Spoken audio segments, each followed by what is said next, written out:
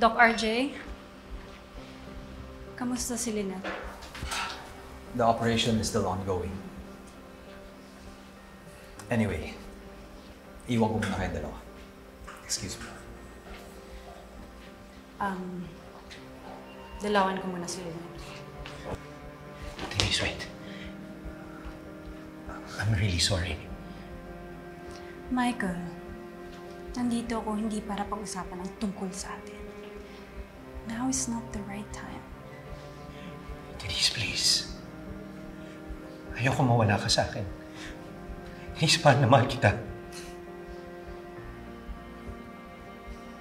Nung isang gabi lang, sinabi mo na si Lynette yung mahal mo.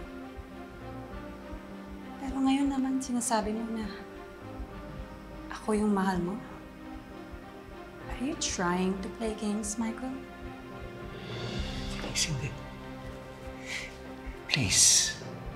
Please give me another chance. Gusto ko lang patunayan sa'yo na totoo yung sinasabi ko.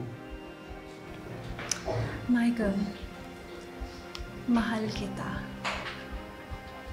Pero, nasaktan mo ako. At kung mahal mo rin ako, di ba hindi mo ako sasaktan? I can help you fix your mind. But I can't help you fix your heart. Excuse me.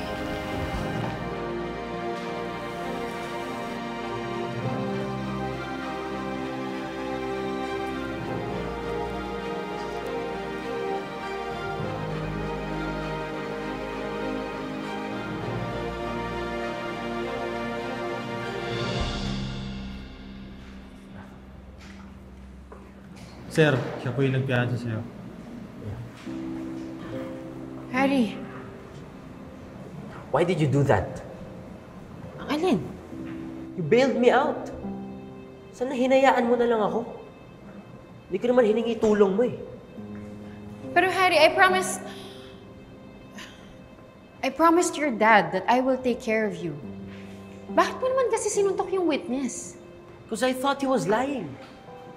Kasi hindi naman ganun yung pagkakakilala ko sa dad ko eh. But on the other hand, naisip ko na, sana hindi ko nalang ginawa yun. Detain pa ako, tapos totoo lang naman pala sinasabi niya. So naniniwala ka sa kanya?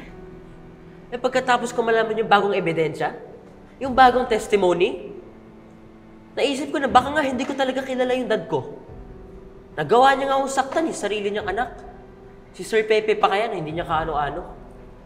Harry, hanggat hindi pa napapatunayan yung sinasabi ni Dax, huwag mo naman sana i-judge yung daddy mo. Kung may kakampi man siya ngayon, dapat ikaw yun. Teka nga, bakit mo nga ba siya pinagtatanggol? Hindi naman sa pinagtatanggol ko siya. Harry, gusto ko lang sanang maintindihan mo na kahit gaano pa kasama yung daddy mo, he's still your father. Oo nga naman. Sa bagay, naintindihan mo nga yung pinagdadaanan ko, di ba? Dahil pareho tayo. Pareho tayong may kriminal na magulang.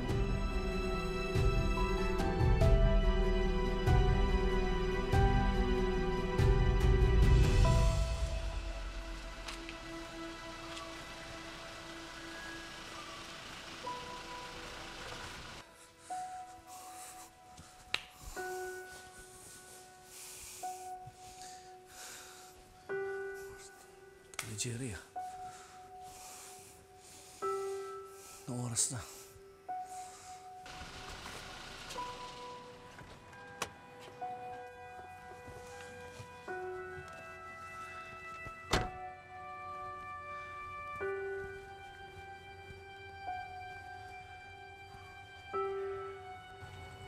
(34:02).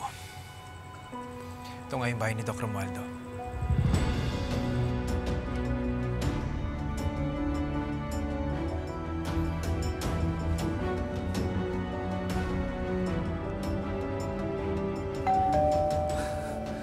Jerry.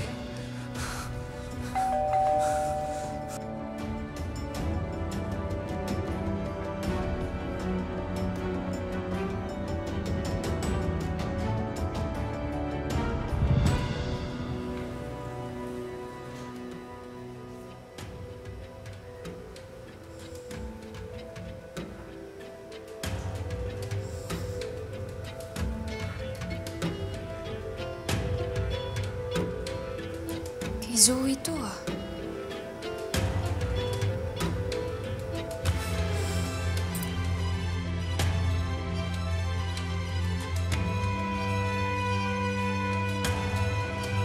Sino yung kikitain niya?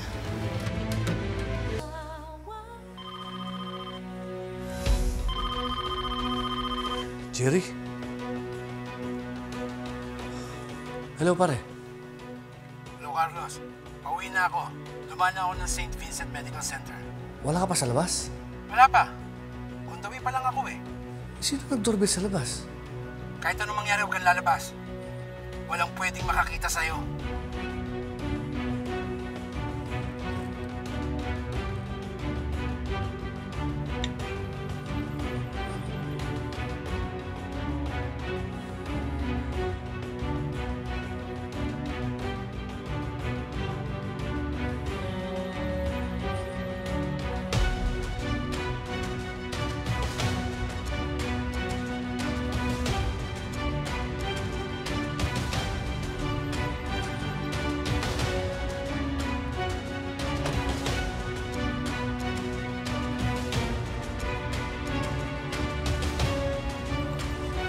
Dr. Javier,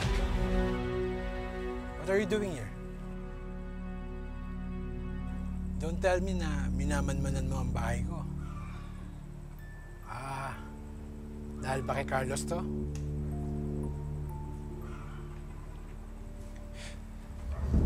Doc Romualdo, I'll be frank with you.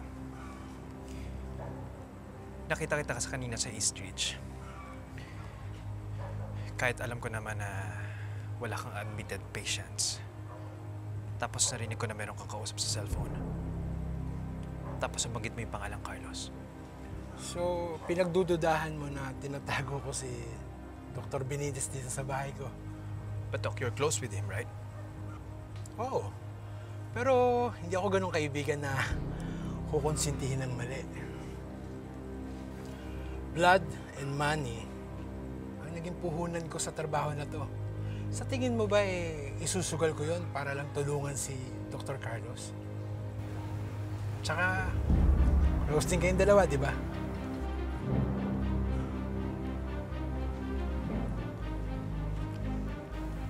Doc Romualdo, I'm sorry. Sa kagustuhan kong matulungan si Doc Annalyn, napag-isipan ko kayo ng masama. Again, I'm sorry. Okay lang yon. Wala yon. Ano gusto mo? Pasok muna tayo. Magkape muna tayo. I'm okay, Doc. I'll go ahead. I'm sorry again.